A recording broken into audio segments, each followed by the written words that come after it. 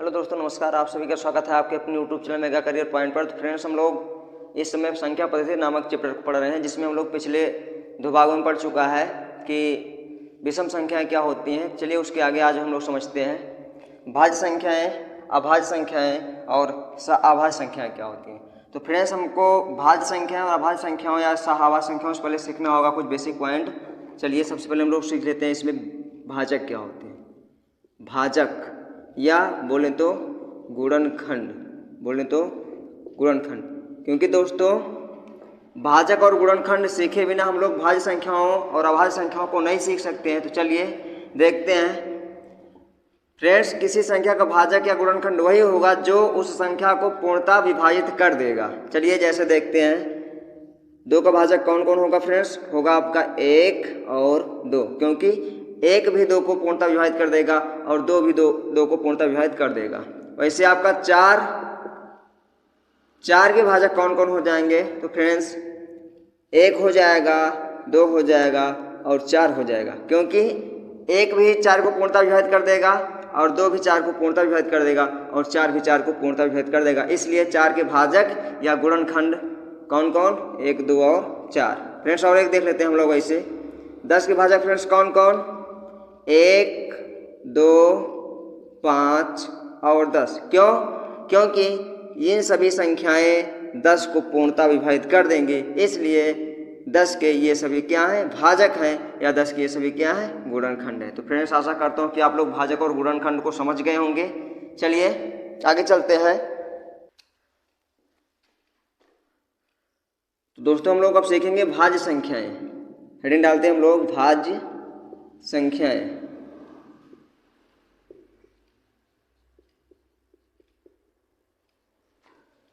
Friends हम लोग इसको इंग्लिश में बोलेंगे कंपोजिट नंबर। क्या बोलेंगे? Composite number. चलिए परिभाषा नोट करते हैं इसकी हम लोग।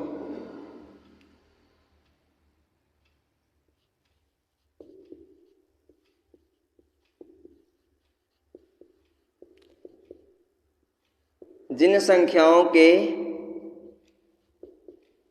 भाजक या बोले तो गुणनखंड, जिन संख्याओं के भाजक या गुणनखंड 3 या 3 से अधिक होते हैं,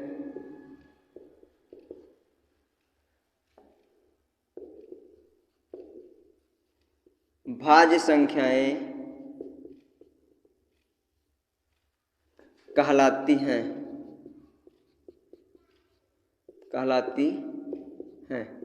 तो फ्रेंड्स हम लोग परिभाषा इसकी नोट कर चुके हैं, अर्थात वे संख्याएं जिनके भाजक या गुणनखंड 3 हो या 3 से अधिक हो, वही क्या कहलाएंगे? वही कहलाएंगे भाज्य संख्याएं। चलिए उदाहरण के माध्यम से हम लोग इसको समझते हैं। जैसे 4 आपकी एक भाज्य संख्या है। क्यों? क्योंकि इसके जो भाजक हैं वो हैं 1, 2 और 4। गिनती में अगर देखा जाए तो इनके भाजक कितने हुए? इनके टोटल भाजक हो गए फ्रेंड्स 3। कितने हो गए?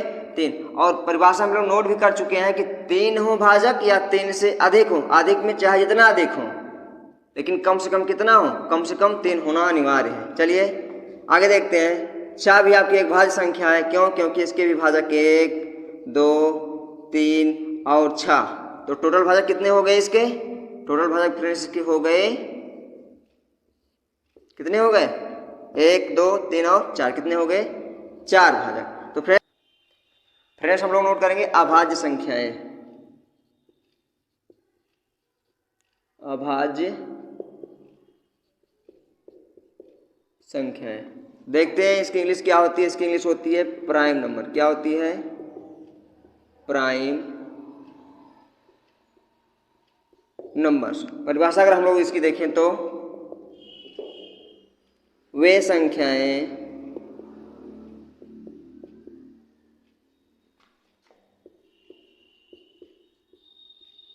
जिनके भाजक या गुणनखंड वे संख्याएं जिनके भाजक या गुणनखंड केवल और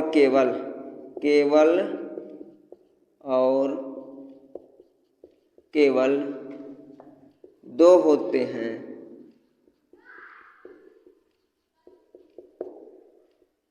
अभाज्य संख्याएं कहलाती हैं।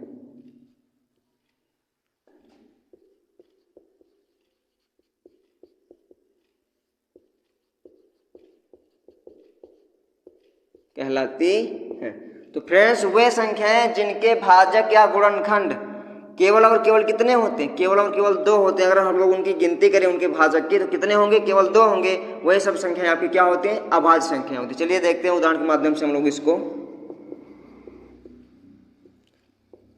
2, 3, 5, 7, 11।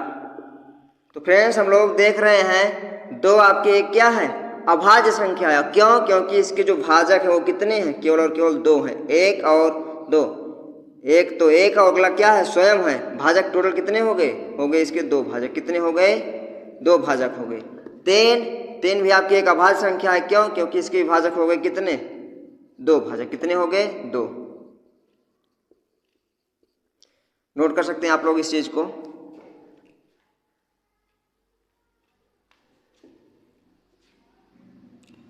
फ्रेंड्स वैसे हम देखते हैं 5 को कितने भाजक? दो भाजक। कितने भाजक? दो भाजक।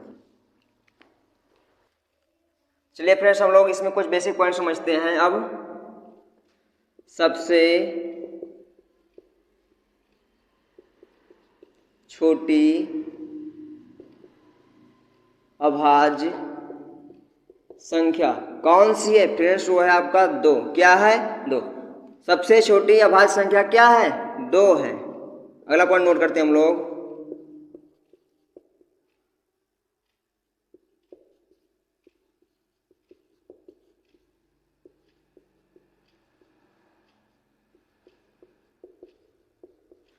तो फ्रेंड्स के लिए हम लोग क्या लिखेंगे? लिखेंगे अनंत। क्या लिखेंगे? अनंत लिखेंगे, क्योंकि उसको ज्ञात नहीं किया जा सकता है। और अगला पॉइंट हम लोग नोट करेंगे एकमात्र सम अभाज्य संख्या। एकमात्र सम अभाज्य संख्या। तो फ्रेंड्स वो क्या है? वो है आपका दो। इस लाइन का मतलब ये है कि एकमात्र अभाज्य संख्या जो क्या हो? जो हो सम। तो वो क्या है? दो। अर्थात दो एक ऐसी संख्या है जो सम होते हुए भी क्या है? अभाज्य है। क्या है? अभाज्य है। फ्रेंड्स अगला पॉइंट नोट करते हैं हम लोग।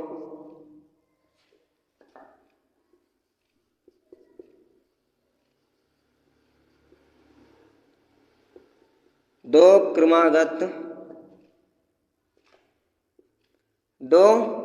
क्रमागत अभाज्य संख्याओं का जोड़ा। फ्रेंड्स इसका मतलब है कि दो क्रमागत मतलब दो लगातार संख्याएं। दो लगातार संख्याएं। यहाँ एक शब्द आया है क्रमागत। क्या आया है? क्रमागत। यानी एक ही क्रम से संख्याएं जो क्या हो? लगातार हो, वही होती है आपकी क्रमागत। अर्थात इनके बीच का जो अंतर हो क्या हो? समान हो। क्या है वो? वो है आपके 2 और 3। 2 और 3 अर्थात आप जितनी भी अभाज्य संख्याएं सबको देख डालेंगे तो 2 और 3 ऐसी दो संख्याएं जो कि दोनों क्या हैं? लगातार हैं। क्या है? लगातार है। चलिए फ्रेंड्स अगला पॉइंट हम लोग नोट करते हैं। 3 क्रमागत विषम अभाज्य संख्याओं का एकमात्र समूह। तो है फ्रेंड्स आपका 3, 5 और 7। 3, 5 और 7 3 क्रमागत विषम संख्याओं का एकमात्र समूह। अर्थात ये तीनों संख्याएं क्या है? विषम हैं और क्या है? क्रमागत हैं। क्या है? क्रमागत। फ्रेंड्स ये जो क्रमागत संख्याएं आपकी विषम क्रमागत संख्याएं, क्योंकि इनके बीच का अंतर 2 आ रहा है, और ये जो दोनों संख्याएं हैं ये आपकी प्राकृतिक संख्याएं हैं, एक क्रम से आने वाली, अर्थात क्रमागत ये प्राकृतिक संख्याएं और यहाँ पे क्रमागत विषम संख्याएं। तो क्रमागत विषम संख्याओं का समूह आपका ये हो जाएगा और क्रमागत संख्याओं का समूह ये हो जाएगा।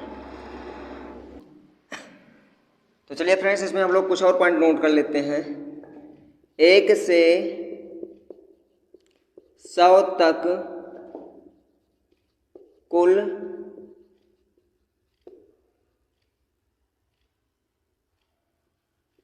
अभाज्य संख्याओं की संख्या।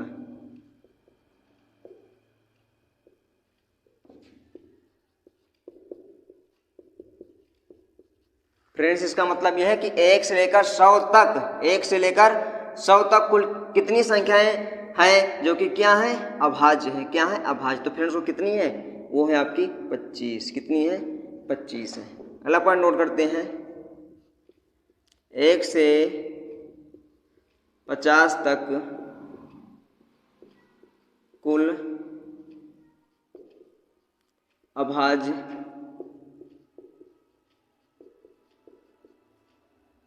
संख्याओं की संख्या। तो फ्रेंड्स कितना है, वो है आपका 15। कितना है, 15 है। और 50 से 100 तक कुल अभाज्य संख्याओं की संख्या। तो फ्रेंड्स वो कितना है, वो है आपका 10। कितना है, 10 है। तो फ्रेंड्स हम लोग सीखने वाले हैं कि 1 से 100 तक वो कौन कौन सी संख्याएं हैं जो कि अभाज्य हैं। 1 से 100 तक की कुल अभाज्य संख्याएं, वह है फ्रेंड्स आपकी 2, 3, 89, 97। तो फ्रेंड्स ये सभी संख्याएं वे संख्याएं हैं जो कि 1 से लेकर 100 तक की कुल अभाज्य संख्याओं की श्रेणी में आती हैं। फ्रेंड्स इससे संबंधित आप एक पॉइंट नोट कर लीजिएगा कि 2 अंकों में सबसे बड़ी अभाज्य संख्या कौन है, तो वो है आपका 97 यानी कि 97। क्या है, 97 है। चलिए फ्रेंड्स आगे बढ़ते हैं। तो दोस्तों हम लोग अगला पॉइंट नोट करेंगे, अभाज्य संख्या ज्ञात करने की विधि। अभाज्य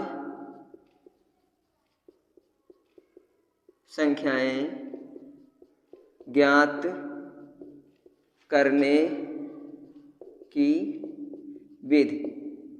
फ्रेंड्स इसके माध्यम से कोई संख्या अगर आपको दी गई है, 7 हो गया, 37 हो गया, ये भाज्य है कि अभाज्य है, हम लोग अब जो नियम पढ़ने वाले हैं उसी के माध्यम से ज्ञात करेंगे कि ये संख्या भाज्य है कि अभाज्य है। चलिए इसका नियम नोट कर लेते हैं।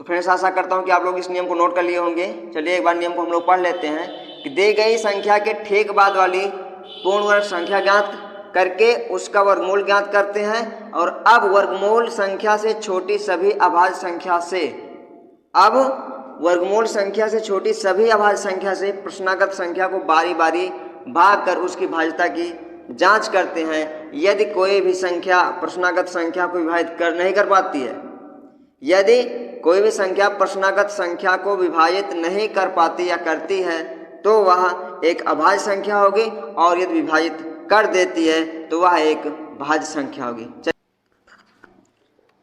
तो चलिए फ्रेंड्स हम लोग समझते हैं एग्जाम्पल के माध्यम से कि 37 एक भाज्य संख्या है कि अभाज्य संख्या है। तो 37 से बड़ी कोई संख्या लीजिए जो कि पूर्ण वर्ग हो, तो 37 से बड़ी आएगी फ्रेंड्स, क्या आएगी, वो आएगी आपकी 49। क्या आएगी, 49। और 49 का अगर हम लोग वर्गमूल निकालें, क्या निकालें, 49 का वर्गमूल निकाल लेते हैं तो वर्गमूल इसका क्या आएगा, आएगा फ्रेंड्स क्या आएगा, 7 आएगा। क्या आएगा, 7। और 7 से छोटी सभी अभाज्य संख्याएं, 7 से छोटी यानी कि आपका आएगा 5 और आएगा 3 और क्या आएगा, 2 आएगा। अब 5 और 3, 5, 3 और 2 से, अब 5, 3 और 2 से इस 37 को लोग भाग करते हैं। क्या करते हैं, भाग करते हैं। तो देखते हैं क्या कट जाएगा, नहीं कटेगा 2 से, क्योंकि लास्ट में आपका 7 है, इसलिए आपका विषम संख्या है, कटेगा ही नहीं 2 से। 5 से चेक करते हैं 37 को, क्या 5 से कटेगा, 5 से विभाजित होने के लिए लास्ट में क्या होना चाहिए, होना चाहिए 5 या 0 नहीं है, इसलिए ये भी नहीं काट पाएगा। और अब बारी आती है 3 से, तो 3 से हम लोग चेक कर लेते हैं क्या 37 मेरा कटेगा।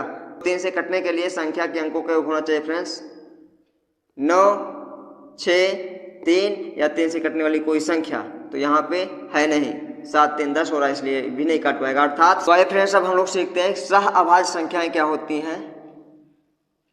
आप लोग यहाँ देख रहे हैं लिखा गया है सह अभाज्य, जिसका मतलब होता है सा का मिस होता है।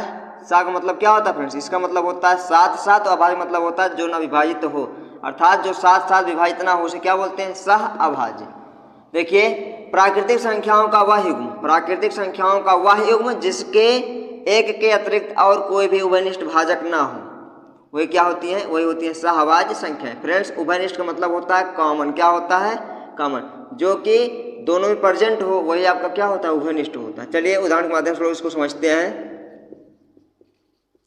कि वे कौन कौन सी संख्या है जो कि सहअभाज्य होती हैं। जैसे आपका हो जाए 2 और 3, 2 और 3।